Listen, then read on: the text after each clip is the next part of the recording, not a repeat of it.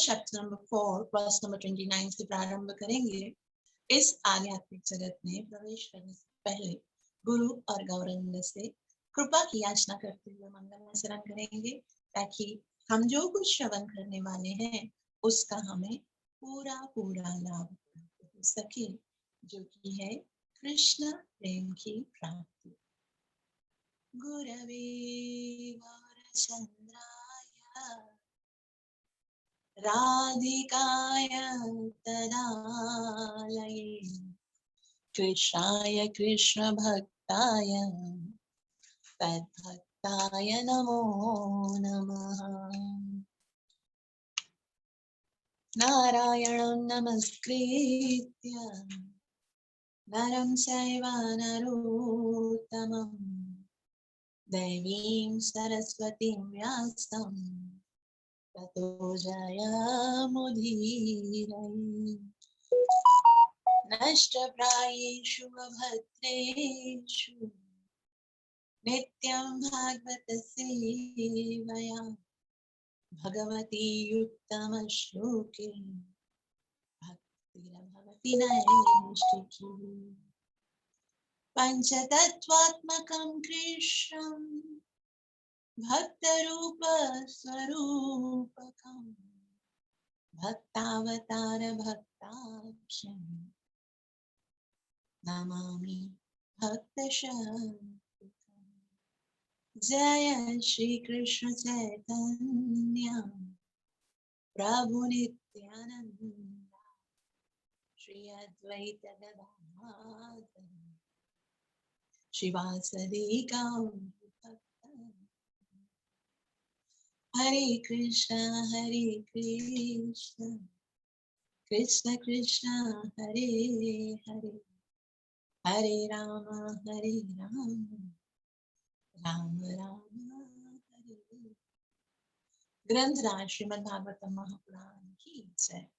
चौथा सिकंद, चौथा अध्याय, जिसका शीर्षक है सती द्वारा शरीर त्याग। तो कल हमने देखा कि सती जो है वो शिव जी की निंदा को बर्दाश्त नहीं कर पाई और उसने कहा वह शरीर जो आपके द्वारा दिया हुआ है, अब मैं उस शरीर के द्वारा मैंने अपने पति की, महान वैष्णव शिव जी की निंदा सुनी, अभी इस शरीर को मुझे अधिक समय तक नहीं रखना चाहिए, इसलिए मैं इसका त्याग कर देती हूँ।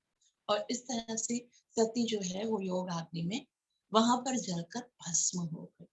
उसके बाद मैत्रेय ऋषि कहते हैं कि जब सती ने को अपना शरीर भस्म कर दिया तो समूचे ब्रह्मांड में घोर कोलाहल मच गया।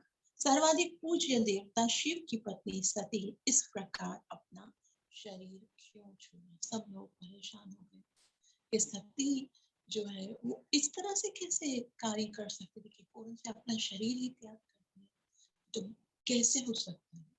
तो उसके आगे मैत्रेय ऋषि आज कहते हैं उसके बाद क्या हुआ। ऐसा नहीं कि सती ने शरीर त्याग दिया तो कहानी खत्म, वहां से तो प्रारंभ हुआ है।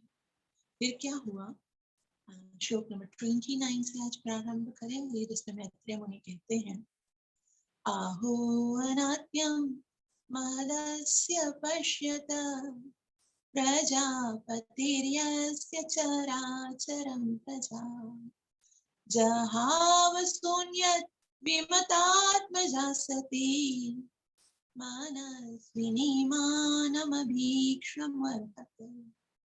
आहो अनात्म्यम, आहो कितने दुख की बात है। मैत्रेय मुनि कह रहे हैं अनात्म्यम, उपेक्षा कर दी, महदस्य पश्यति, इतनी भारी उपेक्षा देखकर फिर क्या होता है। प्रजापति क्या है, प्रजापति का मतलब होता है जो संपूर्ण जो जगत है, चराचर, उनका पालन करने वाला। प्रजापति दक्ष जो कि प्रत्येक चराचर वस्तु का पालन करने वाले हैं, उन्हीं की पुत्री प्रजापतिर्यस्य चराचरं प्रजा, सबका पालन करने वाले हैं। और जहां शून्य विमतात्मजा सती, लेकिन अपनी पुत्री उसका भी पालन नहीं कर पाए और इतना अनादर किया कि उससे अपना शरीर त्याग कर देना पड़ा। और वो कैसी पुत्री है? मनस्विनी मानभीक्षा मरहति। मनस्विनी यानी बहुत ही अपनी इच्छा से उन्होंने ऐसा किया। और मानम माना मतलब सम्मान, अभीक्षा बारंबार अर्हति, क्योंकि बार बार उसका अनादर हुआ और वो इसको सहन न कर सकी। और वो प्रजापति जो कि संपूर्ण संसार का पालन करने वाले हैं, वो अपनी ही पुत्री के मृत्यु का कारण बने, उनका अनादर कर। अनुमान, यह आश्चर्यजनक बात है कि प्रजापति दक्ष जो समस्त जीव आत्माओं के पालनहार है, अपनी पुत्री सती के प्रति इतना अनादर पूर्ण था कि इस परम साध्वी एवं महान आत्मा ने अपनी उपेक्षा के कारण अपना शरीर त्याग दिया। कितनी दुखदायक बात है कि पिता अपनी पुत्री की मृत्यु का कारण है।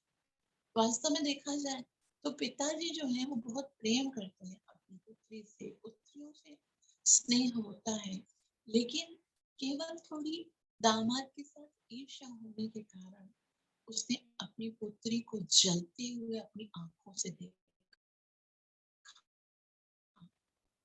वो रोक सकते थे ना, वो रोक सकते थे, उसके अंदर शक्ति भी थी और वहां पर इतने सारे ब्राह्मण थे, वो कुछ भी उस समय बदल सकता था, लेकिन दक्ष प्रजापति ने कुछ भी नहीं किया और सती जलकर भस्म हो गई।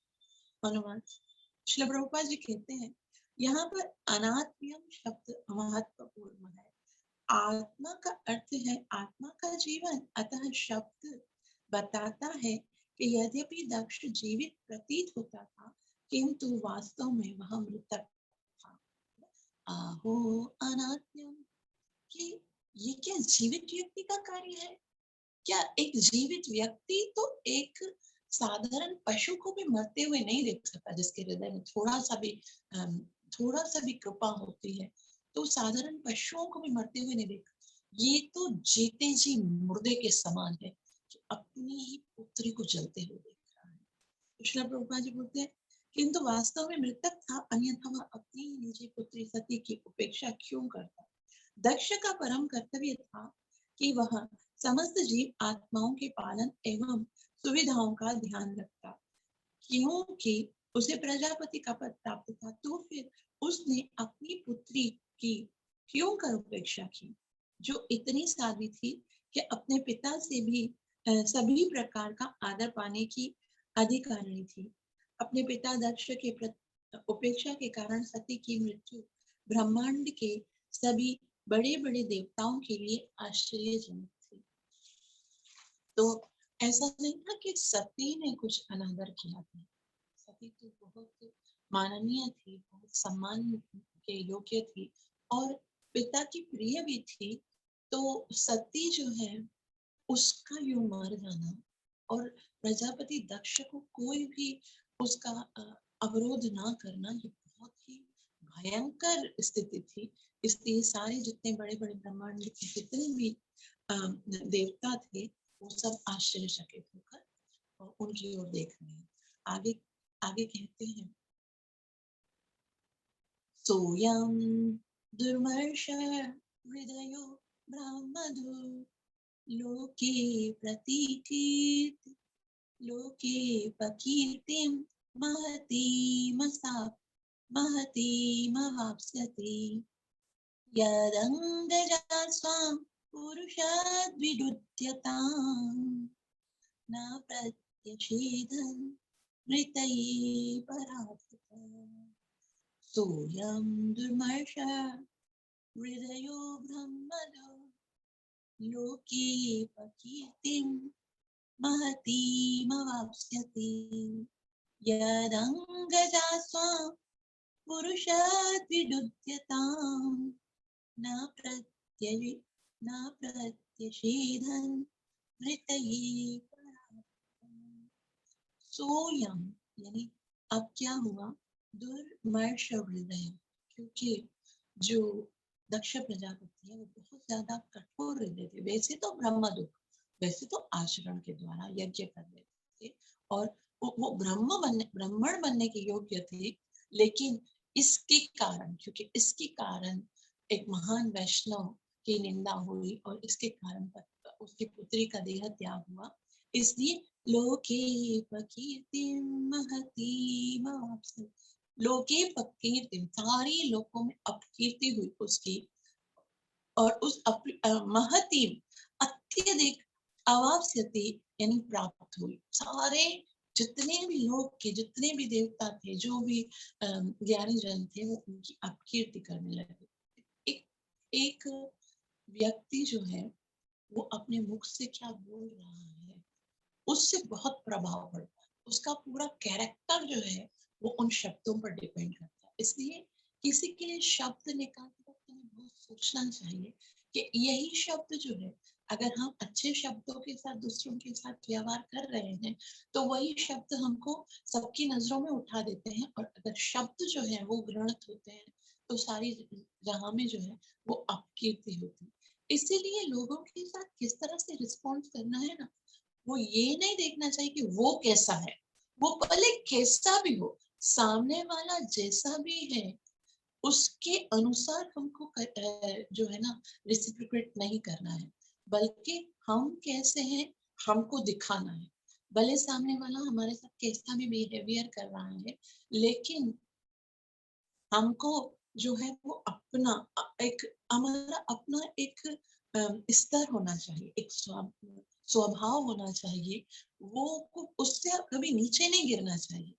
लोग कैसे भी बिहेवियर करें, अभी शिव जी नहीं खड़े हुए तो प्रजापति दक्ष का भी तो एक स्टैंडर्ड था ना, तो किस तरह से उनको व्यवहार करना चाहिए, लेकिन वो उसी में ही परेशान हो गए कि वो खड़ा नहीं हुआ, और इसके कारण वो ब्राह्मण बनने की योग्य थे और सारी दुनिया में आज उसकी निंदा हो रही है। और उसके कारण यद अंगजाम स्वाम पुरुषाद विदुध्यताम, यद अंगजाम उनकी पुत्री, स्वाम यानी अपने, पुरुष यानी शिव के शत्रु, उद्यताम जो तैयार है,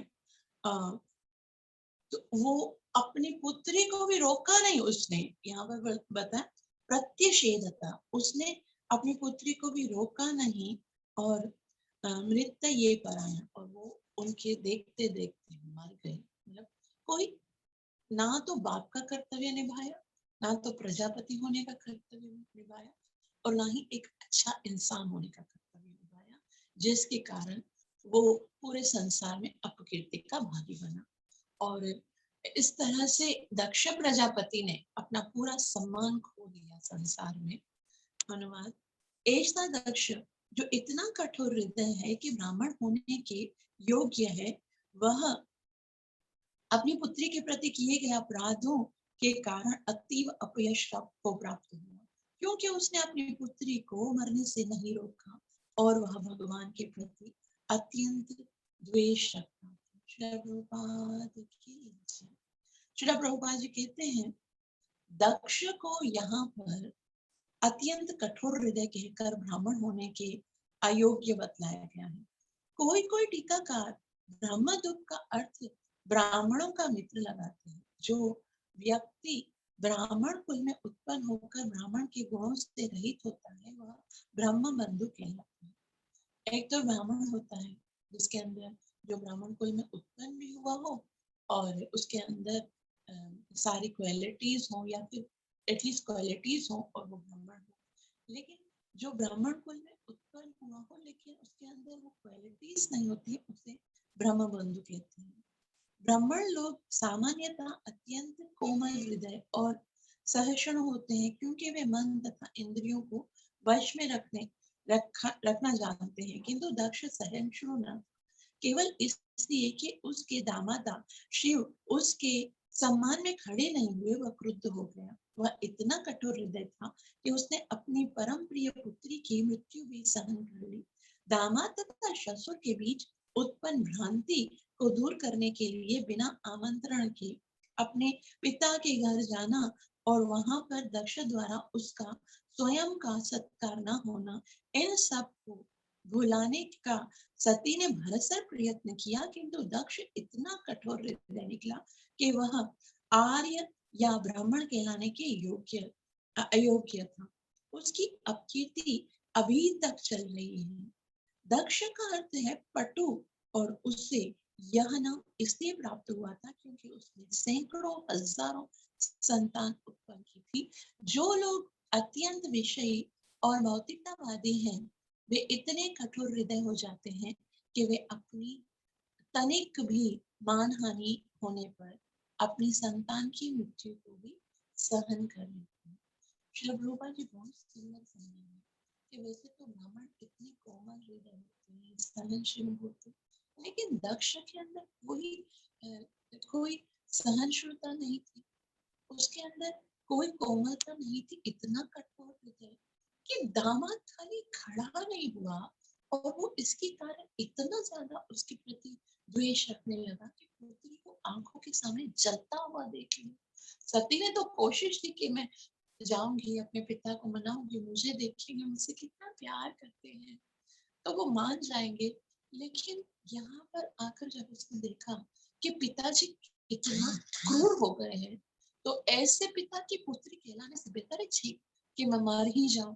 तो वहां से सती ने अपना देह त्याग दिया और सारे जितने लोग हैं उनमें ये जो दक्ष प्रजापति, दक्ष का नाम दक्ष क्यों है? दक्ष का मतलब होता है एक्सपर्ट, क्योंकि उन्होंने बहुत सारे संतान उत्पन्न किए थे। तो संतान उत्पत्ति में वो दक्ष थे, इसलिए उनका नाम दक्ष रखा है। तो श्रीला प्रभुपाद जी कहते हैं जो लोग अत्यंत अत्यंत विषय और भौतिकतावादी हैं, जिनको बहुत विषय आसक्त होते हैं, वो क्या वो ना थोड़ी सी भी बात पर इतने कठोर हो जाते हैं कि वो अपने उस जो अपमान हुआ उसकी उसको भरने के लिए कुछ भी कर सकते हैं। अपनी अपने संतान को भी मरता हुआ देख सकते हैं। तो जैसे ही ये सब बातें चल रही थी कि क्या हुआ, कैसे मर गए ये देवता लोग, बातें कर रहे थे और यहाँ पर सब जैसे जो बैठी हुई थी, जाहिर सी बात है सती की मृत्यु हुई है, हाहाकार मच गया है। तो उस समय अब क्या होता है वो मैत्रेय मुनि बता रहे हैं।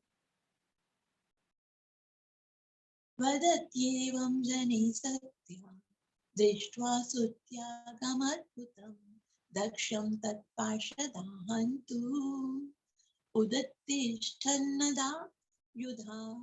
वदत्येवं जनिः सत्या, यानी कि ये जब सारी बातें चल रही थी, दृष्ट्वा सुत्यागमद्भुतं, और जैसे ये जो सती है उनका ये मृत्यु देह त्याग जब देखा, तो उस समय दक्षम तत्पार्षदाहन्त्युः, तो शिव जी के पार्षद जो आए थे ना, जब सती जा रही थी उसके साथ शिव जी के कुछ अनुचर भी आए थे।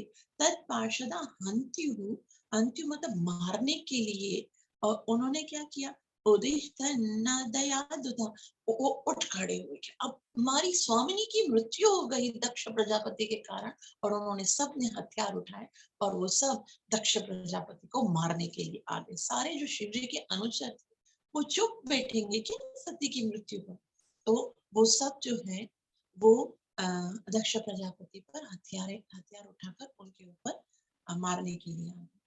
अनुमान, जिस समय सब लोग सती की आश्चर्यजनक स्वेच्छा मृत्यु के विषय में परस्पर बातें कर रहे थे, उसी समय शिव के पार्षद जो सती के साथ आए थे अपने अपने हथियार लेकर दक्ष को मारने के लिए उद्यत हो गए।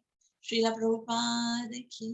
श्रीला प्रभुपाद जी कहते हैं कि सती के साथ जो पार्षद आए थे वे विपत्तियों से उसकी रक्षा करने के लिए थे, किंतु वे अपने स्वामी की पत्नी की रक्षा करने में असमर्थ सिद्ध हुए, क्योंकि ये सती ने निर्णय इतना अचानक से लिया, पहले पता नहीं था कि ऐसा भी हो सकता।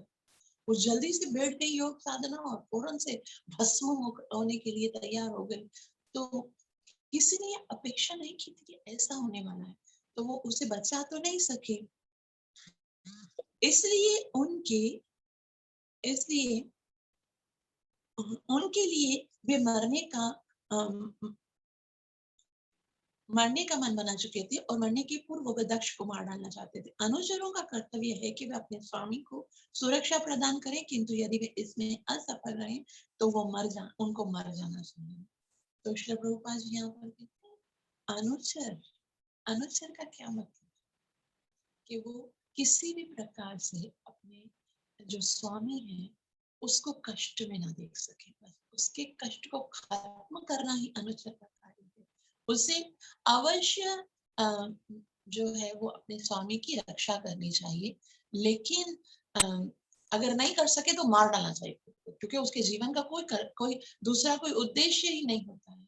शिष्य को गुरु का, भक्त को भगवान का कभी भी अपमान सहन नहीं करना चाहिए, और दूसरा कि किसी भी तरह से उनकी सुरक्षा करनी चाहिए। यदि वो इसमें समर्थ नहीं है तो उसे जीने का अधिकार नहीं है। अनुवाद। अच्छा, आगे कहते हैं मैत्रेय मुनि, तेषामापततां वेगं निशम्य भगवान् भृगु यज्ञ यज्ञज्ञेन यजुषा दक्षिणाग्नो जुहावत। और जब जैसे वो सब अनुचर जो है वो हथियार लेकर आगे आ रहे थे दक्ष को मारने के लिए, तो तेषाम आपतताम वेगम, और उनके वेग से जो ये आपत्ति को देखा, तो फिर निशम्य भगवान भृगु, इसको देखकर जो भृगु भृगु ऋषि जिन्होंने इस यज्ञ की सुरक्षा का भार लिया था, वो उसने फौरन से देखा कि अभी तो दक्ष को मार डालेंगे ये इसके शिव जी के सारे गण जो हैं। तो उन्होंने क्या किया, यज्ञ यज्ञ यजुषा, यजुषा यानी यजुर्वेद के मंत्र पढ़े कि यज्ञ ज्ञेन यानी यज्ञ को विध्वस्त करने वाले जो है उनकी मृत्यु हो जाए। ऐसे मंत्रों के द्वारा एक ऐसा, ये जो ब्राह्मण जो लोग हैं वो मंत्रों के द्वारा कुछ ऐसा कर सकते हैं कि यज्ञ में जो भी विघ्न डालने वाला है उसकी मृत्यु। अब ये सारे क्योंकि यज्ञ के अंदर विघ्न डालने वाले थे, तो उन्होंने जैसे ही यजुर्वेद के मंत्र पढ़े, दक्षिणा नौजुहाव, और फिर दक्षिणी की ये जो दक्षिण दिशा में आहुति डालकर उन्होंने ऐसा कहा कि अभी यज्ञ को नष्ट करने वाले जो ये अनुचर हैं उनकी मृत्यु हो जाए। अनुवाद। वे बलपूर्वक आगे बढ़े, किंतु भृगु मुनि ने संकट को टाल लिया और यज्ञ अग्नि की दक्षिण दिशा में आहुति डालते हुए उन्होंने तुरंत ही यजुर्वेद के मंत्र पढ़े, जिससे यज्ञ को विध्वंस करने वाले तुरंत ही मर जाएं। श्रील प्रभुपाद जी कहते हैं यहाँ पर वेदों के शक्तिशाली मंत्रों का एक उदाहरण है जिनके उच्चारण से अद्भुत कार्य हो सकते हैं। इसलिए कलयुग में कुशल मंत्र उच्चारण करने वालों को ढूंढ पाना कठिन है। अतः इस युग में वेदों में संस्तुत समस्त यज्ञ वर्जित है। इस युग में केवल एक यज्ञ की संस्तुति की गई है, वह है हरिनाम संकीर्तन यज्ञ, हरे कृष्ण महामंत्र का कीर्तन। क्योंकि इस युग में यज्ञ संपन्न करने के लिए आवश्यक धन को एकत्रित कर पाना संभव नहीं है, ठीक से मंत्रों का उच्चारण करने वाले ब्राह्मणों की खोज कर पाना तो और भी कठिन है। तो श्रील प्रभुपाद जी बोलते हैं डोंट, अनुकरण नहीं करना है। आप गलत कर दोगे तो गलत हो जाएगा। इससे बेहतर है जो इस युग के लिए यज्ञ विधि है अर्थात संकीर्तन, उसी को अपनाना चाहिए और उसके द्वारा सारे लाभ मिलेंगे। सारे लाभ जो अलग अलग मंत्रों के द्वारा मिलते हैं इस महामंत्र के द्वारा मिल सकते हैं। और भृगु ऋषि ने जैसे ही आहुति डाली है, फिर क्या होता है, अध्वर्युणा हूयमाने देवा उत्पेतु राजसो, देवा उत्पेतु रोजसा, ऋभवो नाम तपसा सोमं प्राप्ता सहर्षसा। अध्वर्युणा आहुति, जैसे ही आहुति डाली, देवा उत्पेतु रोजसा, और उस समय इतने ओजस वाले शक्तिशाली देवता जो है वो प्रकट हो गए। ऋभवो नाम तपसा, और उनका नाम था ऋभवो। सोमम प्राप्त सहर्षा, और उन्होंने चंद्रमा से बहुत शक्ति प्राप्त की थी। ऐसे हजारों ऋभु नाम के देवता प्रकट हुए। जब ऋभु मुनि ने अग्नि में आहुति डाली तो तत्क्षण ऋभु नामक हजारों देवता प्रकट हो गए। वे सभी शक्तिशाली थे और उन्होंने सोम अर्थात चंद्रमा से शक्ति प्राप्त की। शीला प्रभुपाद की जय। शीला प्रभुपाद जी कहते हैं, यहाँ कहा गया है कि अग्नि में आहुति डालने तथा यजुर्वेद से मंत्र उच्चारण करने से ऋभु नामक हजारों देवता उत्पन्न हो गए। भृगु मुनि जैसे ब्राह्मण इतने शक्तिशाली हुआ करते थे कि वैदिक मंत्रों का उच्चारण करके ऐसे शक्तिमान देवताओं को उत्पन्न कर सकते थे। आज भी वैदिक मंत्र उपलब्ध हैं, किंतु उच्चारण करने वाले उपलब्ध नहीं है। वैदिक मंत्रों के उच्चारण से अथवा गायत्री या ऋग मंत्र के उच्चारण से मनवांछित फल प्राप्त हो सकता है। इस कलयुग में भगवान चैतन्य ने केवल हरे कृष्ण महामंत्र का कीर्तन द्वारा सभी सिद्धियों की प्राप्ति संभव बताई है। वापिस श्रील प्रभुपाद जी बोल रहे हैं कि इनको पढ़ के ऐसा मत सोचना कि यार मैं भी अभी ऐसे मंत्र पढ़ूंगा ना, ऐसे आहुति डालूंगा ना, बहुत सारे देवता प्रकट होंगे, फिर उनसे जो भी बोलो मैं ले सकता हूँ। ऐसी कोई गलती करने की आवश्यकता नहीं है। इस कलयुग में अगर कोई यज्ञ करना है तो केवल हरिनाम संकीर्तन यज्ञ और हरे कृष्ण महामंत्र का यज्ञ करना है। उसके बाद अंतिम श्लोक में मैत्रेय मुनि कहते हैं,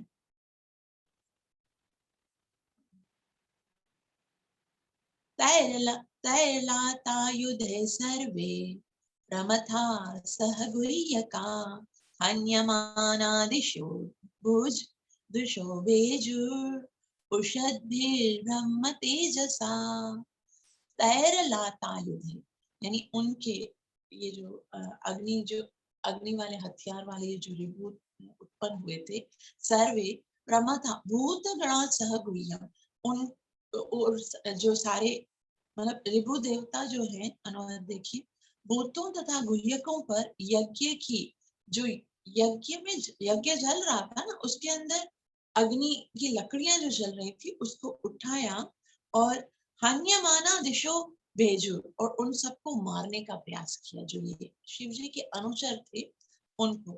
तो अनुवाद देखिए, जब ऋभु देवता ने भूतों तथा गुह्यों पर यज्ञ की अधजली समिधाओं से आक्रमण कर दिया तो सती के सारे अनुचर विभिन्न दिशाओं में भाग गए और अदृश्य हो गए। यह ब्रह्म तेज अर्थात ब्राह्मण शक्ति के कारण ही संभव हो सका। तो भेजुरुषत भेर ब्रह्म तेजसा, क्योंकि उनके अंदर इतना ब्रह्म तेज था, इतनी शक्ति थी, और ये सारे ऋभु जब आक्रमण करने के लिए आए तो शिव जी के सारे जो गण हैं वो इधर उधर भागकर यहाँ से अदृश्य हो गए।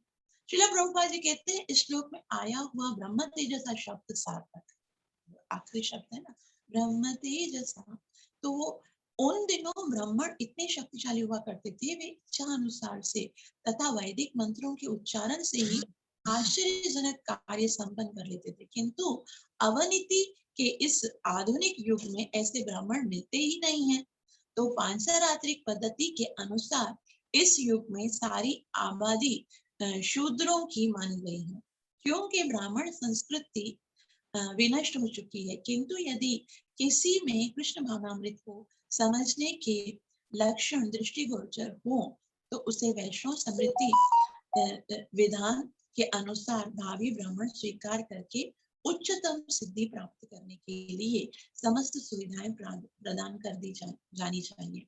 इस पतित युग में जीवन की परम सिद्धि प्राप्त करने का यदि कोई साधन है तो वो भगवान चैतन्य के अमूल्य की देन है, जिसमें हरे कृष्ण कीर्तन की प्रक्रिया को ग्रहण करके आत्म साक्षात्कार के समस्त कार्यों की पूर्ति होती है। तो यहाँ श्री प्रभुपाद जी फिर से वही बता रहे हैं कि पहले वैदिक मंत्रों में इतना पावर होता था, ब्राह्मणों के शब्दों में इतना पावर होता था, ब्राह्मणों की इतनी शक्ति होती थी कि वो ये सब चीजें संभव थी, लेकिन हमारे लिए चैतन्य महाप्रभु ने जो संतुष्टि की है और हमें जो आदेश है कि हमें हरे कृष्ण महामंत्र का उच्चारण करना है, हरि नाम संकीर्तन यज्ञ करना है, इस संकीर्तन यज्ञ के द्वारा ही हमारा कल्याण होगा। तलैव नास्तैव नास्तैव नास्तैव। इस प्रकार श्रीमद् भागवतम के चतुर्थ के अंतर्गत सती द्वारा शरीर त्याग नामक चौथे अध्याय के भक्ति वेदांत तात्पर्य संपूर्ण हुआ। तो यहाँ पर हमने चौथा अध्याय समाप्त किया। आप सबका बहुत बहुत आभार जो इतना प्रेम से श्रवण किया। मेरे लिए प्रार्थना, मुझे आशीर्वाद कि मैं अपनी सेवा और साधना को अच्छे से कर सकूं। ग्रंथराज श्रीमद् भागवतम महापुराण की जय कलयुग आधार महामंत्र की हरे राम जय हरे राम हरे कृष्णा कृष्ण कृष्ण